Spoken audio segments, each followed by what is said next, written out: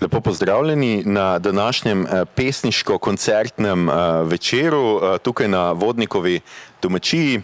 Jaz sem predvsem vesel tega, da smo se začeli družiti v živo. Pozdravljam vas torej v imenu Cankarjeve založbe. Mislim, da smo kar dolg vztrajali brez dogodkov v živo, pa kar dolg smo bili samo na internetih in jaz sem vesel predvsem tega, da kultura se počasi vrača tja, kjer mora biti, se pravi tudi med ljudmi.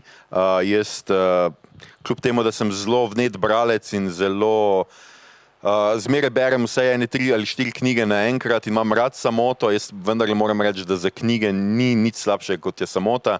Četudi ste med karanteno veliko brali in jaz mislim, da se vam v imenu slovenskih založb, po vseh, ki se ukvarjamo z knjigami, lahko za to zahvalim. Povpraševanje po knjigah je bilo zadnje leto res veliko, pa vseeno mislim, da je knjiga precej mrtva stvar, če se o njej ne pogovarjamo, če ne živi.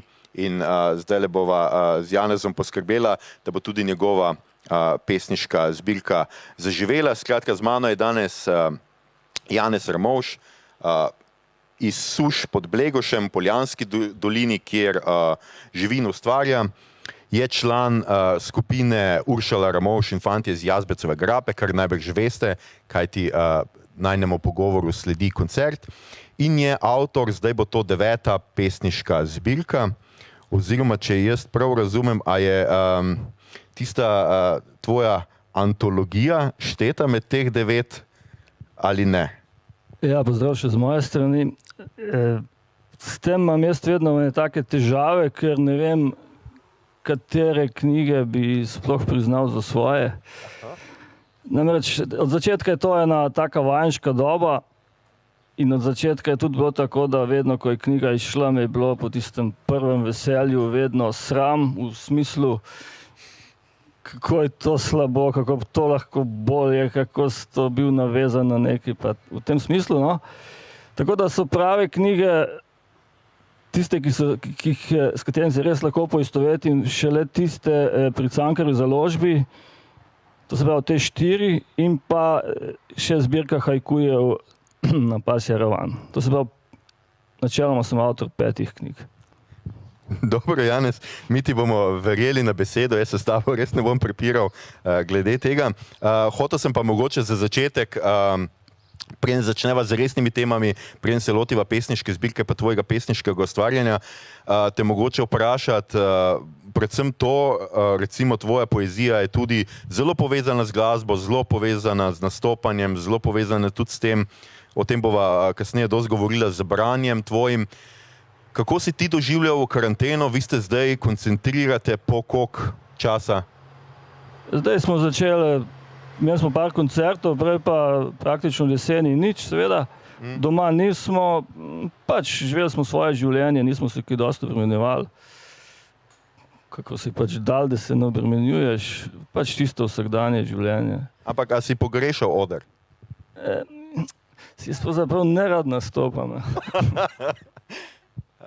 Mislim, da sva sjajno začela, skratka, pol pesniških zbirk ne priznavaš, nerad nastopaš. To je odličen obet za to uro najnega pogovora. Ampak hotel sem te mogoče vprašati še to, kaj pa je bila prva stvar, ki si jo naredil, ki je recimo med karanteno nisi smel, nisi mogel narediti. Kaj je bila torej prva stvar, ki si jo naredil, tako ko je bilo zdaj konec, slavnostno konec karantene, epidemije? Kaj si privoščil? Nič. Skratka, karantena mina ne da bi opazila. Nisem posvečal posebne pozornosti to, kaj mi bo oblast zdaj dovolila, pa kaj mi ne bo, tako da... V bistvu živimo v gozdu, tako da ni kakšen poseben problem, ti sprehodi pa to življenje, to nas ni tako prizadelo. Nisem ljubitelj nakupovalnih centrov. Seveda kultura, to mi je manjkalo. Prav sem kakšne knjige, poslušal glasbo, to. Skratka, srne in krave ne nosijo mask, tako da to ni bil problem. Mi smo seveda veseli, no, vseeno, da je karantene konec in da končno koncentrirate, da mi imamo končno v živo dogodke, tako kot sem že povedal. Zdaj pa mogoče, če se lotiva nekako tvojega ustvarjanja, pesniškega in siceršnjega, pa počasi greva proti tvoji najnovejši knjigi. Nekje si povedal, da gre pri skupinski sliki za zaokroženo sodelovanje, ki se je začelo leta 2006 s staroseljskim ciklusom, nadaljevalo s čredo in skozi okn streljam kurente. In to, če jaz to povežem s tem, kar si prej povedal, da skratka za svoje knjige res priznavaš samo 5 knjig, kaj to pomeni? A to pomeni tudi, da lahko teh 5 knjig, ali pa vsaj te 4, recimo, ki so išle pred Cankarjevi, nekako dojemamo kot neko zaokroženo tetralogijo, ali pa to bolj pomeni to, da obstaja neka razvojna pot od ene zbirke do naslednje? Tam sem se jaz malo nerodno izrazil, mogoče. Hotel sem se povedati hotel sem se pohvaliti v enem kratkem pogovoru za lokalni časopis in sem pač hotel omeniti, da je to že 4. knjiga pri Cankarjevi založbi. No, kar se pa tiče tvojega vprašanja. Staroseljski ciklus, skozi okn streljam kurente in skupinska slika so sigurno knjige, ki bi jih lahko resnici bral na takem zaporedju, kjerkoli bi pa lahko vključil potem tudi čredo. Ker čreda odstopa, tudi oblikovno, pa seveda za sonete, za nekakšne vence in tudi konceptualno je zelo drugače zamišljena, da je bolj kot samostojna, bi pa pasala kamorkoli. To, da je v bistvu, je pa sigurno se čuten razvoj, da so pesmi v skupinskih sliki drugačne. Čeprav moram poznati, da mi je skupinska slika še vedno zelo ljuba, ravno zadnjič sem bral ene pesmi z nje in sem jim še vedno verjel, še vedno sem se lahko poistovetil. No in ta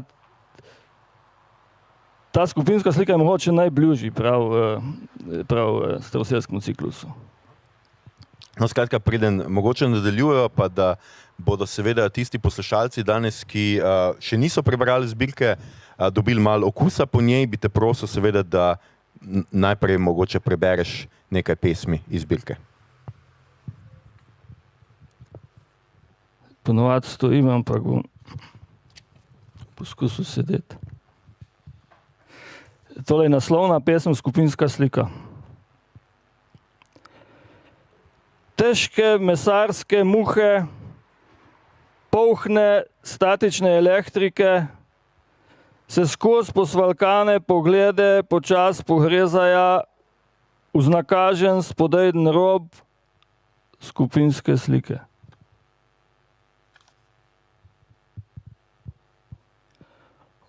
Vosvavska. Stopite not,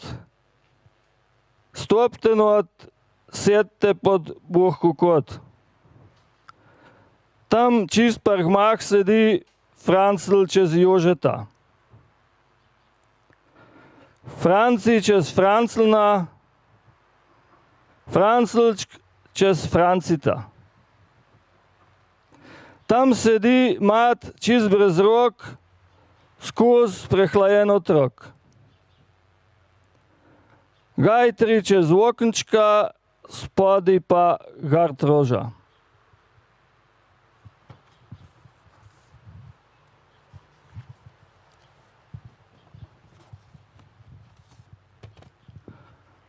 Odmev odboj, v sadovnaku se odkrijem. Ke te vzigne, pomisliš, ta ženska se je zdrobila. Take se zmeri zdrobeja.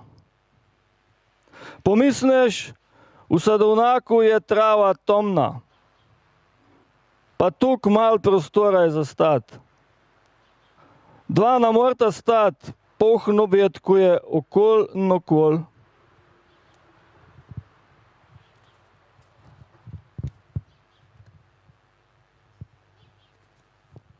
Še tale trofeja zraven okna. Bleši se mi.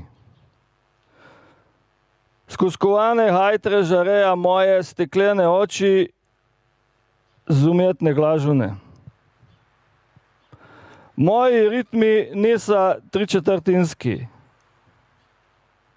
Moji ritmi niso sedmosminski. Moji ritmi so zajebani. Moji prijatelji sa mrtvi. Praven prašk puša sledi. Moje kosti sa skuhane v peroksidu.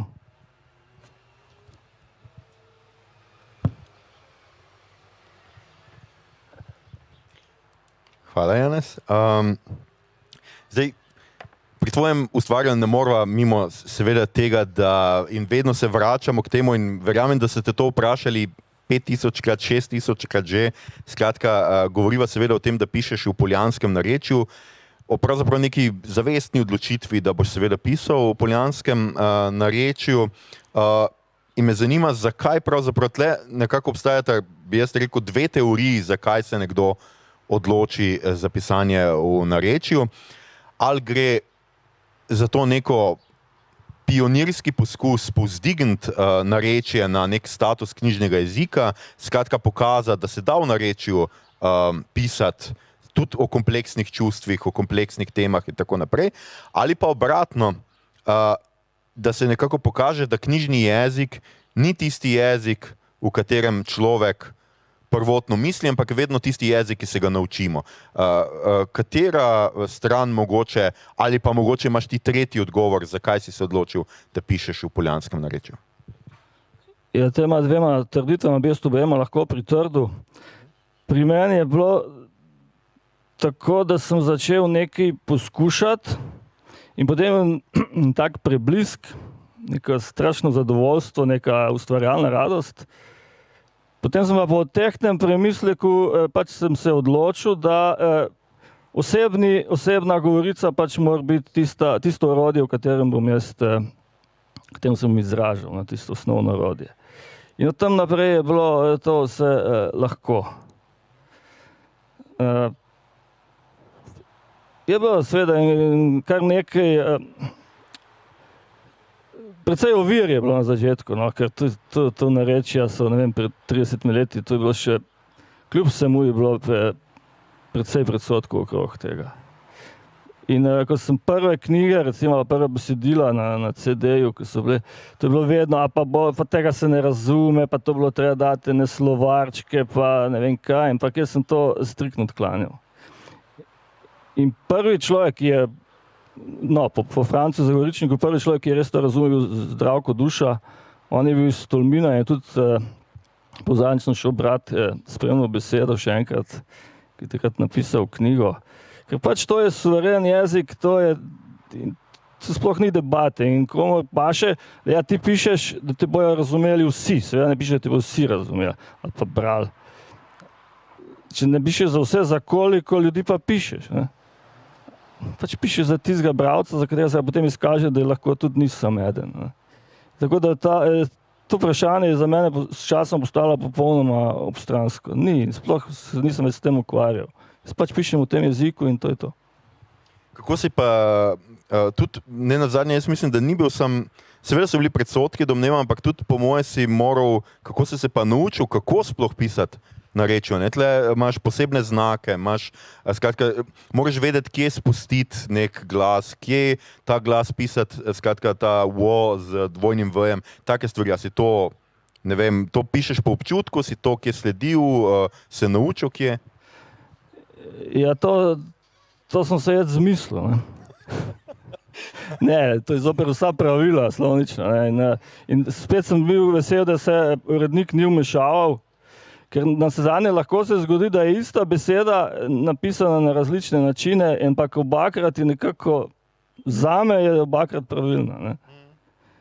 Tako da tudi se tudi ti kot urednik veš, da nisi kaj posegal, razen pri tistih lapsusih, ki se pač zgodijo, ali pa tistih nelogičnosti hudih.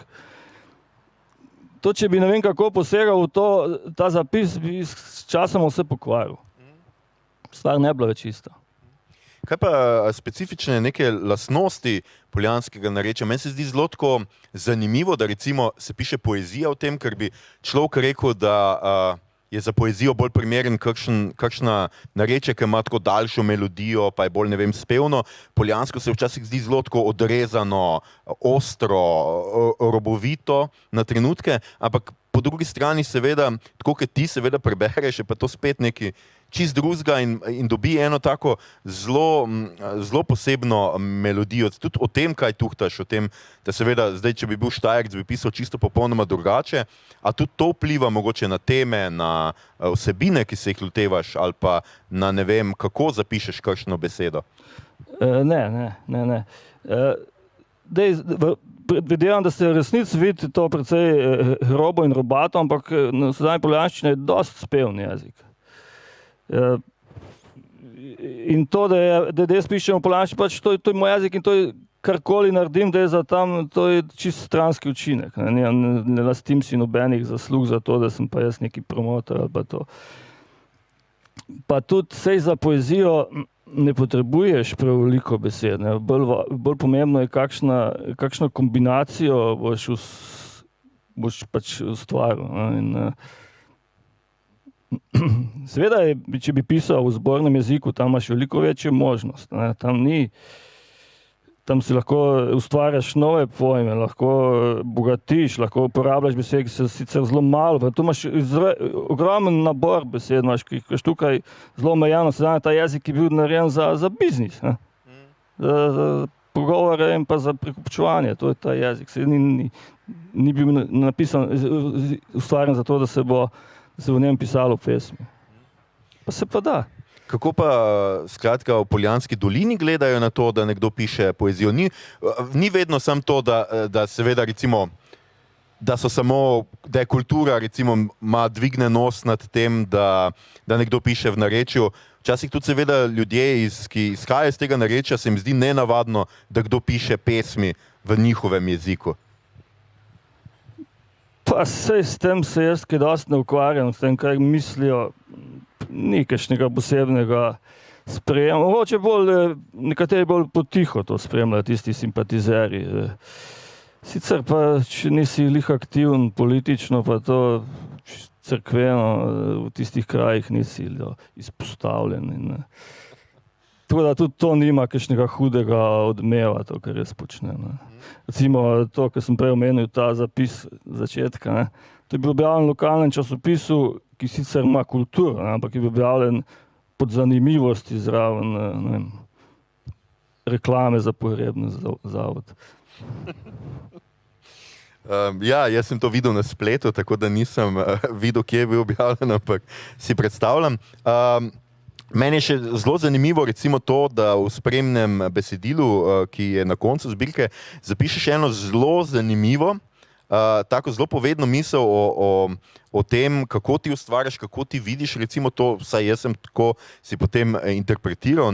Skratka, zapišeš, da ti na domačem toplarju še zmer sušite seno, ker karkoli drugega bi bilo perverznost. In še dalje pišeš, da ko tam ne bomo več sušili sena, ga bomo pustili dostojno propasti.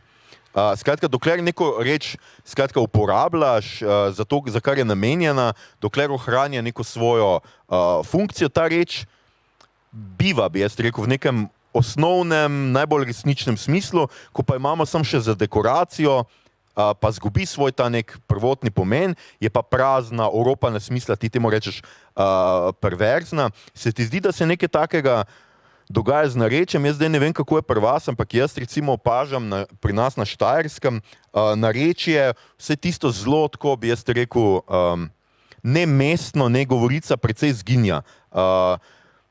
Mulci o novih, posebej pa nekih novih sodobnih rečeh ne govorijo več v narečju, ampak uporabljajo nek mestni govor ali pa nek pogovorni jezik. Se to tudi pri vas opažaš ti to sam, ali misliš, da je to vendarle, pač vedno smo govorili, da seveda narečja, tako kot sva se pogovarjala, je nek tvoj prvotni jezik, ampak meni se zdi, da se to malo s televizijo, ki je danes res povsod, z mediji, ki so povsod, že malo zgublja.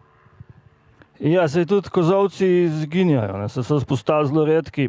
Namesto kozolcev so danes ti plastični rastlinjaki, tisti ogromni, gigantski plastični rastlinjaki.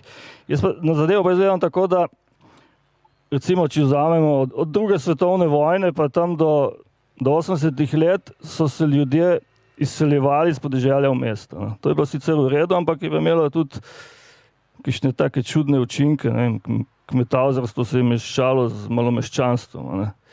Potem se pa to enkrat obrnilo in zdaj grejo v obe smeri gre. Ne. Tako da se je tudi mestno, meščansko življenje se je preselilo na podeželje. Ne. In kaj imamo zdaj? Ne? Na mesto kozovcev imamo rastlinjake, na mesto, ne vem,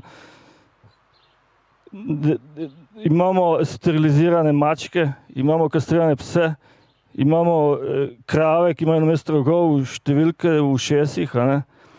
In za večino teh stvari sploh ni, imamo, ne vem, asfaltna dvorišča, pa golf igrišča. Ne? In za večino teh stvari sploh ni izrazov. Sploh ni, v mojem jeziku ni teh izrazov. Ne vem, asfalt je pač asfalt, ne. Plastična folija, sicer ima en izraz, sterilizacija, ne poznam besede, ne. Kastracija je beseda, pa ni prav lepa. In tako da, ampak pa ne vidim nič, to se meni ne zdi nič tragičnega, če pač tako je in tako bo šlo naprej. Ampak na silo držati ene kozovce, to pa tudi nema smisla. Ne? V njih plesati v narodih nožah.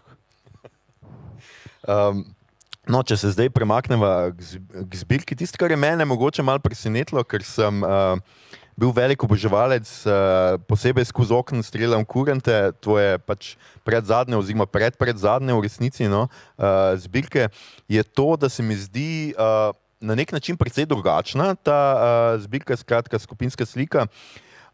Ne moram čisto reči, da sem 100%, kaj je čisto drugač, kaj je tisti drugačen element, ki je v tej novi zbirki, ampak se mi zdi, da je en drug ton ali pa neko drugo razpoloženje te poezije.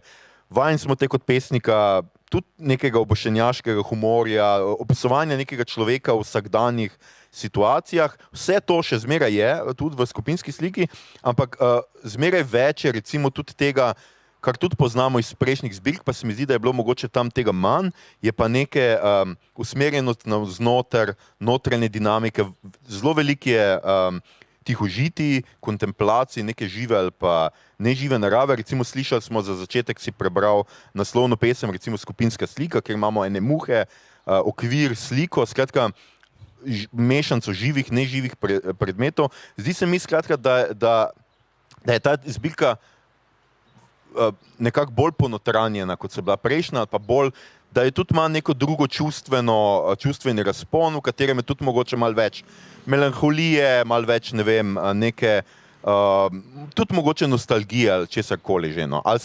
Ali jaz to zdaj sam vidim noter, kako ti doživljaš, prej si rekel, da je skupinska slika, da obstaja nek razvoj in da je malo drugačna od tvojih prejšnjih zbirk. Kaj je tebi ta drugačnost? Jaz v svojih pesmih težko kaj pametnega povem, lahko pa povem, kako je nastajala ta zbirka. Prvotno je imela naslov Folklora in tudi ogrodje te knjige so bile ene pesmi, ki so imele te folklorne motive. Pa to mi je bilo nekako malo premalo in sem pač gradil na tem in sem dodajal te pejsaže, tihožitja, te obrazce za neke rituale, te neke zagovore ali pa delčke zagovorov.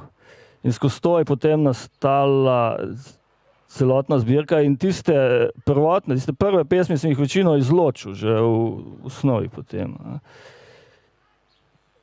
In potem, ko sem to zaključil in poslal v rokopis, se je zgodila še ena druga stvar, da me je tak dobri duh, Špela Frlic, ki imam imenovat, me povabila na en prihodavski festival, češ naj nekaj povemo o neko predavanje, naj naredim o rokovanju s tradicijo. Kaj pa jaz vem o tradiciji, sicer mogoče kaj vem, ampak nimam sistematično urejenih stvari. Sem pa rekel, bom jaz pač nekaj o sebi, ne. In to je spadlo dovolj dobro, da sem rekel, škoda, da ne bi tega dal v knjigo.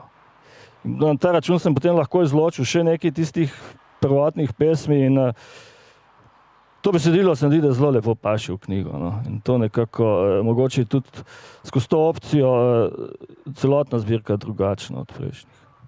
Ja, dodaš nek ton, se mi zdi, da tudi malo ene stvari razložiš, ampak recimo vmes si napisal tudi zbirko haikujev. Skratka, vseeno je neke, se dogajajo neke spremembe ali v tvojem pesnjenju ali pa v načinu, kako doživljaš poezijo oziroma kako rokuješ, recimo bova rekla, no? Če si že uporabil ta izraz, kako rokuješ za poezijo, no? Ja, tele zbirke, ki sem jih naštel, to so nekakšna osnovna ta moja linija, ne. Vmes sem pa pisal sonete, ki so potem odčredi, pa si še več, ampak to sem podostavil, pa hajkuje. Pa še bolj usporedno sem pa naredil še par knjig pod psevdonimom, ne. Antologijo pa Marijo Dolinar. In to so nekako tri smeri, ampak ta glavna je najbrž tale. Hajkuje pišem pač po vse skozi. Ne. To je pa neki prebliski, kar hajku na vse zadnje osnovi tudi je. Ne.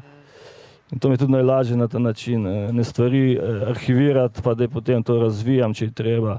Še raje pa tega ne počnem in pustim tako, kot je.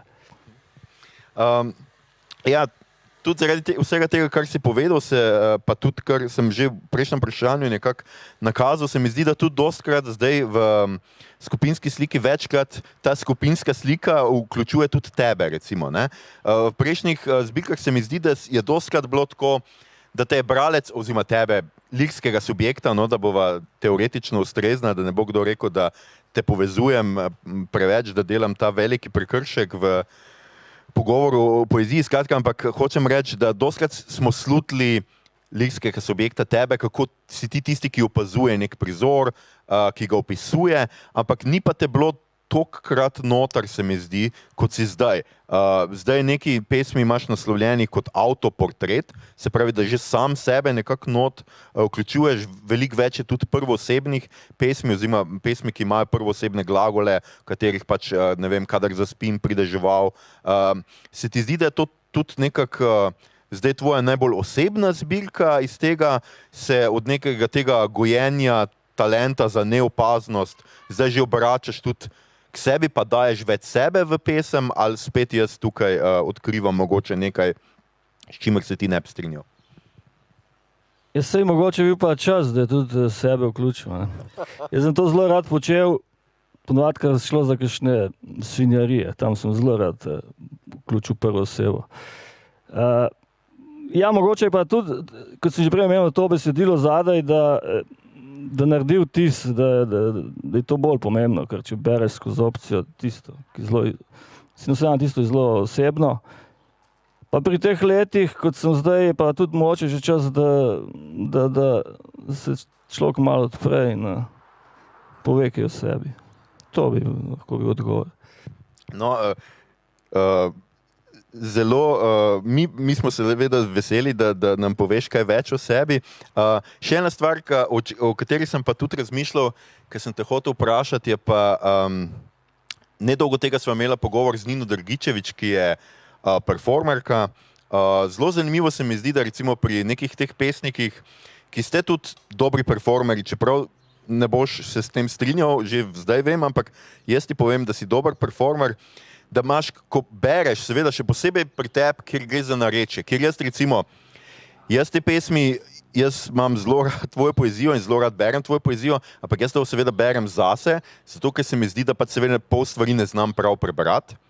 In nedolgo tega sem ravno tvojo zbirko nekje predstavljal in ponavadi, ko predstavljam kakšno zbirko, preberem kakšno pesem ven, pa tle nisem hotel. Hočem pa povedati to, da se mi recimo zdi, da ravno zaradi tega neke zvočnosti tvoje poezije, pa tega, ker imaš tudi markanten glas, jaz zmeraj, ko berem tvojo poezijo, pač ne morem mimo tega, da ne bi tebe slišal, kako jo bereš, tvojo poezijo. Pač to nikoli ni tako, da bi jaz to bral z nekim svojim glasom. Včasih se mi zdi, da mi ti ugrabiš moj notranji glas in pač namest tega, namest mene ti bereš. No? Skoraj tako, da bi me obsedel, recimo, na nek način. Ne? Se mi zdi, da je to zelo ena taka zanimiva, ampak tega je vedno manj v sodobni poeziji. Danes res vsi beremo zase, beremo tudi večina pesnikov ni dobrih bralcev, to je treba reči. No.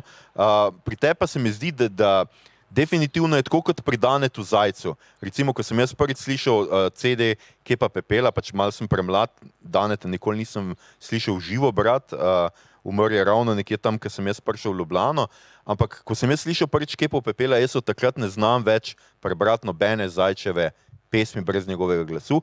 In enako je, ko sem tebe enkrat slišal brati, zdaj se ne spomnim, kdaj točno je to že bilo, precej časa nazaj, od takrat jaz nikoli več ne morem nobene pesmi prebrati brez tvojega glasu. Hvala. To z Danetom Zajcem se popolnoma strinjam. To imam jaz čisto isto. Imam pa še eno drugo zanimivo situacijo z menoj, s to poezijo mojo. Namreč precej teh pesmi Uršula in fantje pojejo, ali pa tudi še par drugih izvajalcev je bilo, seveda pa samo oni.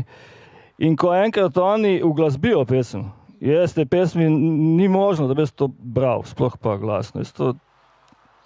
To njihovo petje je to, kar si ti govoril.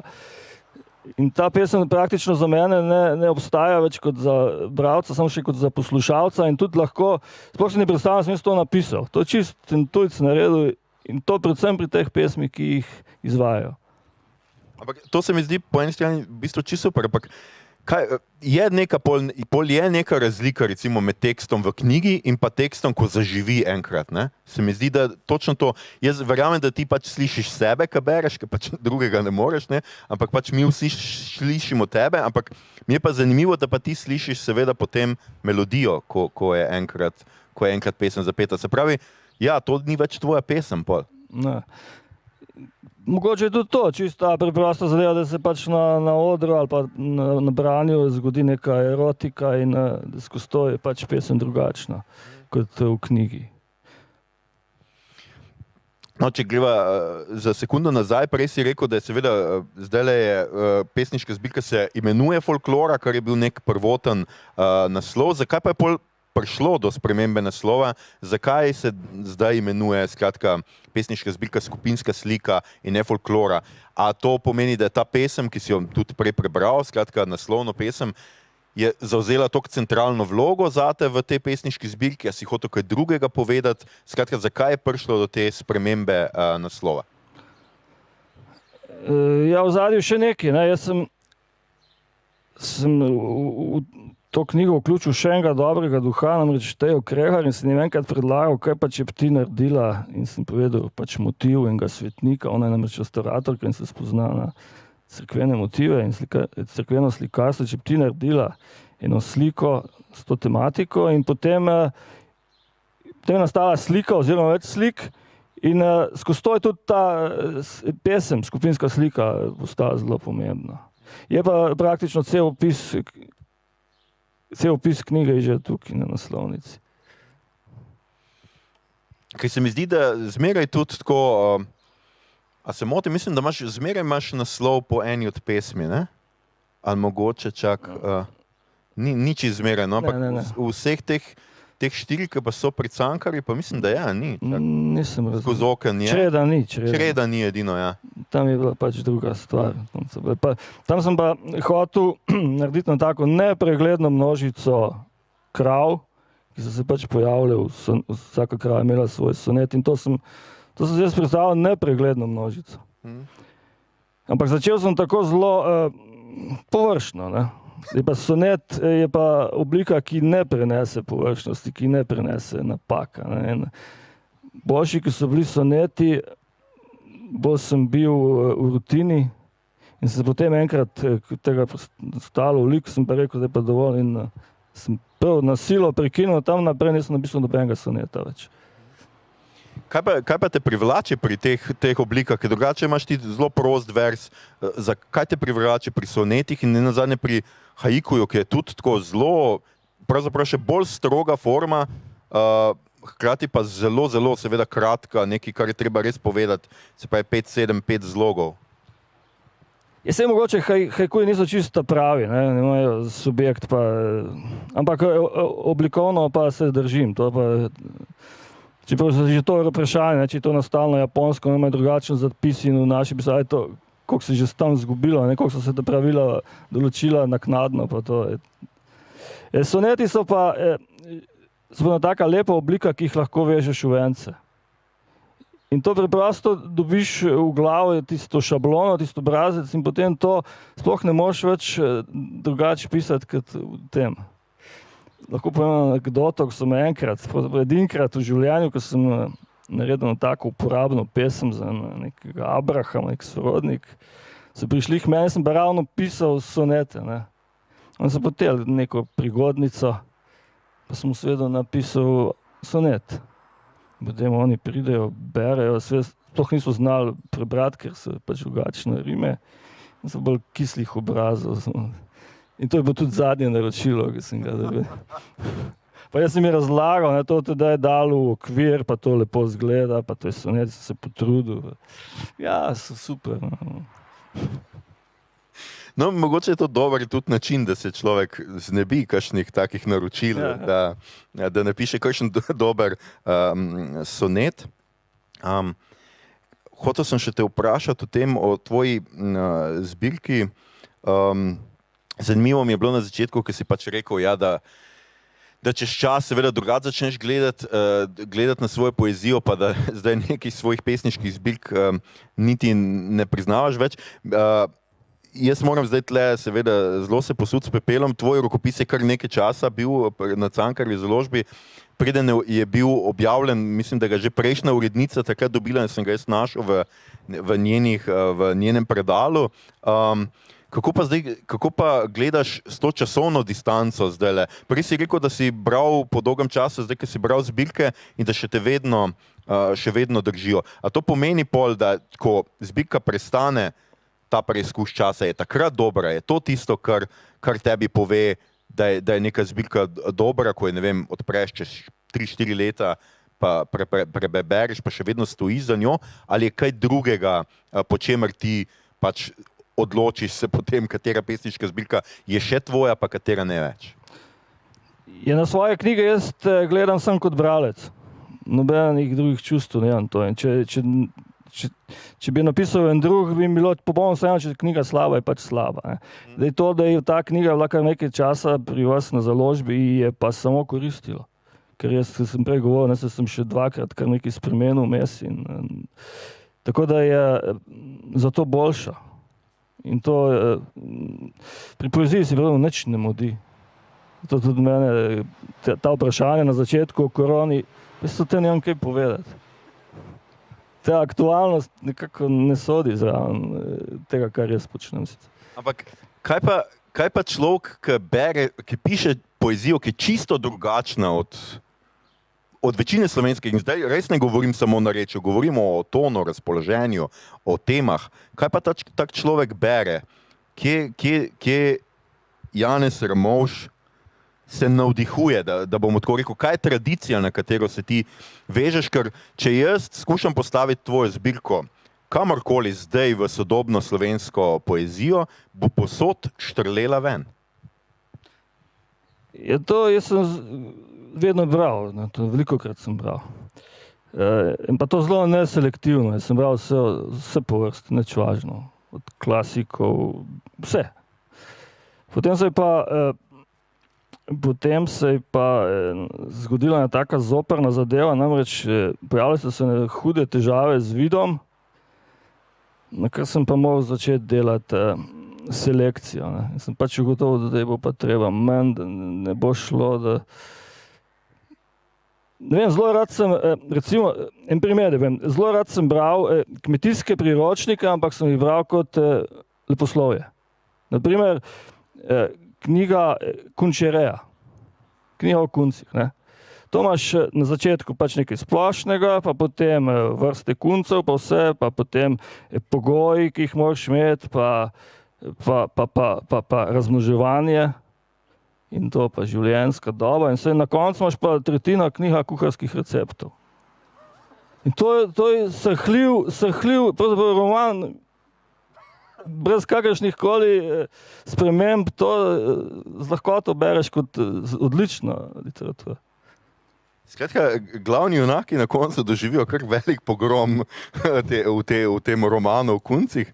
To se mi zdi kar grozljiv roman, ampak ponavadi je tudi tako, ko se pogovarjamo ravno o tem, pač kam se recimo pesnik samo menja, pa literat samo menja, zelo pogosto seveda se skuša nekako postaviti v drugo književnost, ampak glede na to, da si tudi glasbenik, glede na to, da je tvoja, nisi glasbenik, nimaš z glasbo, absolutno ne, ampak vseeno, glede na to, da je tvoja poezija zvočna in da je velik, pri tvoji poeziji pač prinese zvok. To je vendarle poezija, ki bi jaz rekel, da kljub temu, da ne znate, recimo, tako, ker jaz ne znam poljanskega narečja, ama baš ništa, čeprav je zdaj moj najboljši prijatelj blizu tam vas, no, ampak ne znam in se tudi ne bom trudil in ne bom poskušal.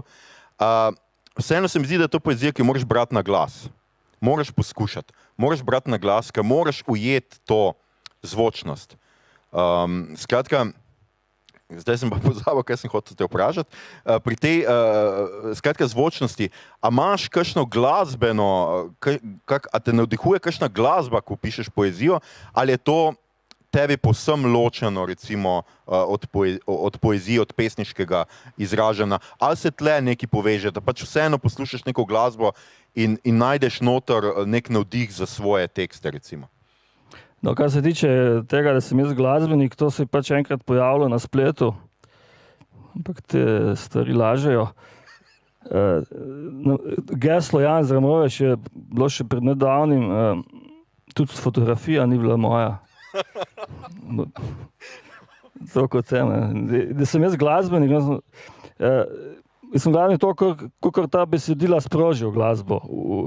Ali pa če vzamemo tisti pregovor, povem, s kom se družiš in povem ti, kdo si, jaz imam 2 glasbenika v družini, ne, pa tudi sicer se zelo rad družim z glasbeniki, tako da mogoče sem glasbenik v tem smislu. Sicer pa nimam nobenega posluha na svojo žalost, ne, ampak nisem glasbenik. Poslušam pa ravno tako zelo neselektivno, kar pač sede, to poslušam. Skratka, ne opažaš ti, da bi bila neka tradicija, ki bi bila ti bližja in v katero bi se ti lažje uvrščal, razen nekih priročnikov, kunčerej in vsa vrsta glasbe? Ja, v mlajših letih se seveda bila pomembna, to je bila ta rock punk, vse to je bilo zelo pomembno, sploh na podeželju, to je bila ena taka rešilna nit, poleg branja filmov, ta pop kultura, rockovska kultura, to je bilo bistveno, da smo sploh preživeli. Ampak potem pa s časoma se obzorje nekako razširja, ampak jaz nisem nikoli načrtno gradil, da bom pa poslušal to. Pač poslušam, izogibam se šundu. No, tvoja poezija vsekakor ni šund in nima nobene zveze s šundom. Zdaj pa mogoče, preden še postavijo zadnjih nekaj vprašanj, obljubil si, da še boš prebral kakšno pesem iz knjige in bi te prosil, da še prebereš.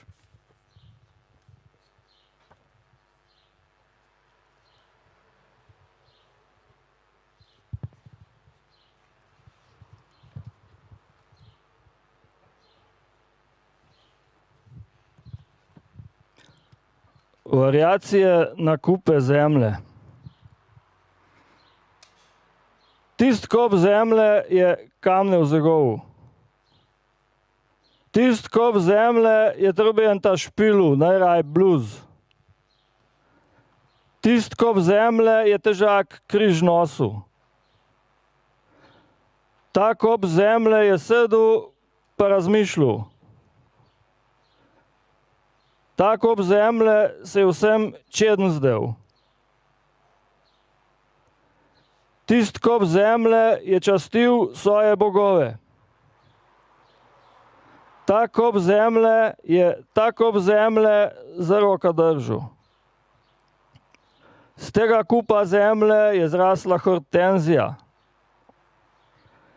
Tist kop zemlje je dal tistem kupu zemlje, da mu bo zažgal hiša, pa ubel žena pa otroke. Na tem kupu zemlje so sedeli angelni. Tem kupu zemlje so dejali, da smrdi. Ta kop zemlje ni jemu prijatelj. Ankop zemlje je bil pod strženom vrtinca. Ta kop zemlje se je presul na tist kop zemlje. Pa še drugi kupi zemlje so. Adni je bil bolan, zdaj je daleč.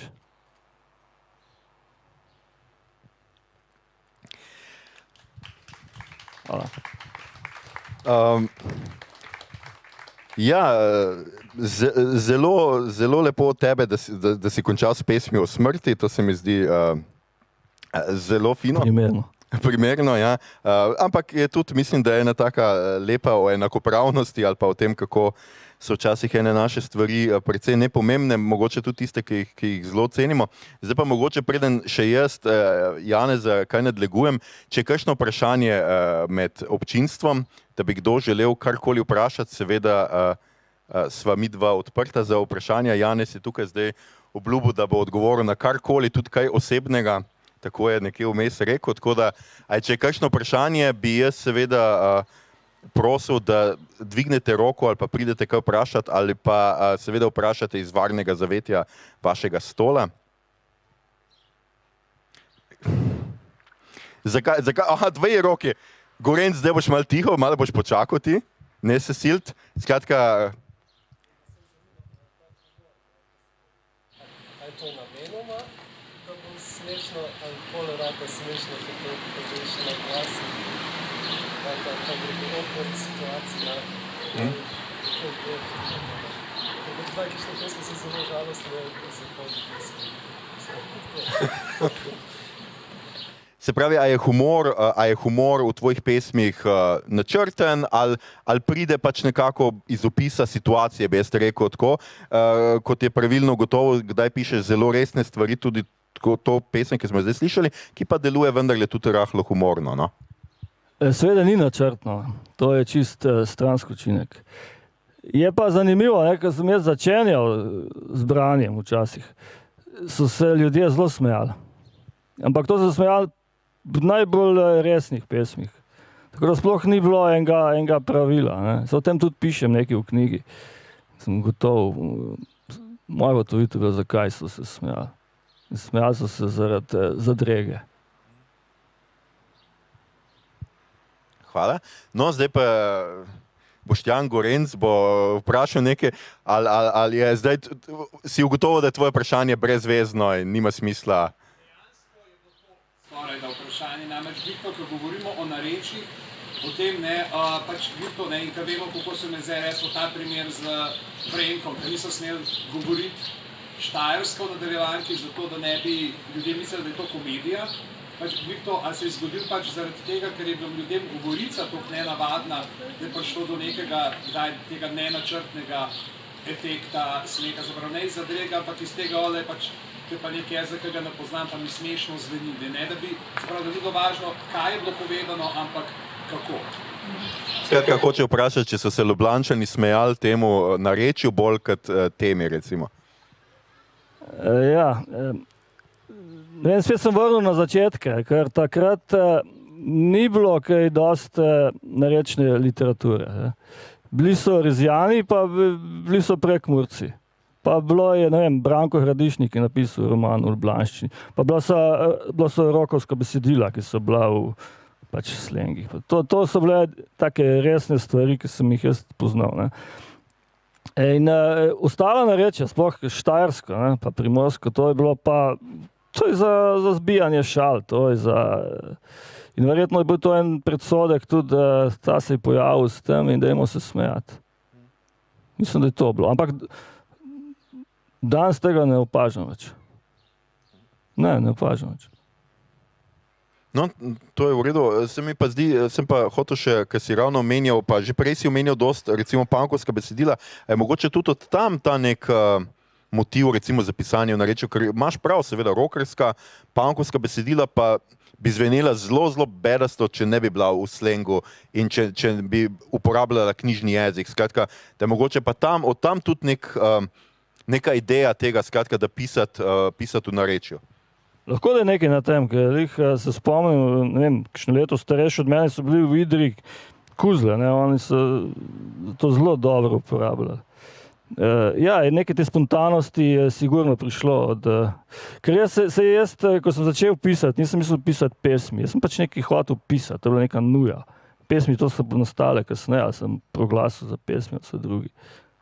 Tako da, to je bilo. No, super, to se mi tudi zdi zelo fina ugotovitev, da seveda se piše nekaj sebe, potem to dobiva obliko. Je še kakšno vprašanje, slučajno iz občinstva, da ne bom zdaj tako po dveh povsem samozadovoljen? Ne, potem bi jaz, Janez, se ti najlepše zahvalil za najin pogovor. Janeza boste še poslušali med koncertom, bo še bral iz svoje pesniške zbirke, in sicer iz Haikuja, ne? Če vem prav, tako da jaz mislim, da boste vsi ostali na koncertu, no, če boste, oziroma vem, da boste, pa imate spredaj, skratka, zdajle na drugi strani te hiše, vas bom moral žal prositi, ko so me prosili organizatorji, da boste zdaj malo ostali, se razgibali, šli na drugo stran bajte, tam popili kakšno limonado, to ne bo nagrada za to, da se boste premaknili, kajti seveda zdaj bodo glasbeniki, ki niso Janez, prišli na oder, postavili svoje stvari, malo še probali kaj in koncert bo naj bi sledil čez kakšnih, se pravi čez pol ure je, vi boste čez kakšnih 15 minut že lahko prišli nazaj, no, tako da ne boste dolg stali tam. Če boste pa vmes šli mimo kakšne knjige po nekem naključju in boste imeli kaj več denarja v svoji denarnici, pa seveda lahko tudi kupite in Janez je obljubil mi prej, da bo vsakemu tudi podpisal. Ni mi tega obljubil, jaz mu to zdaj polagam v usta, ampak definitivno bo vsakemu podpisal, ki bo želel podpis. Skratka, za 15 minut bi vas jaz zelo lepo prosil, če se lahko premaknete na drugo stran hiše, da skratka se pripravijo na koncert, potem pa seveda pridite nazaj, pridite na koncert in jaz verjamem, da bomo se imeli še fajn. Jaz pa vas v imenu Cankarjeve založbe seveda lahko pozdravljam. Hvala, da ste prišli v takem številu, hvala, da ste v tej sopari tukaj lepo sedeli, pejte se osvežiti. Janez, tebi pa še enkrat hvala. Hvala, pa hvala tudi vam.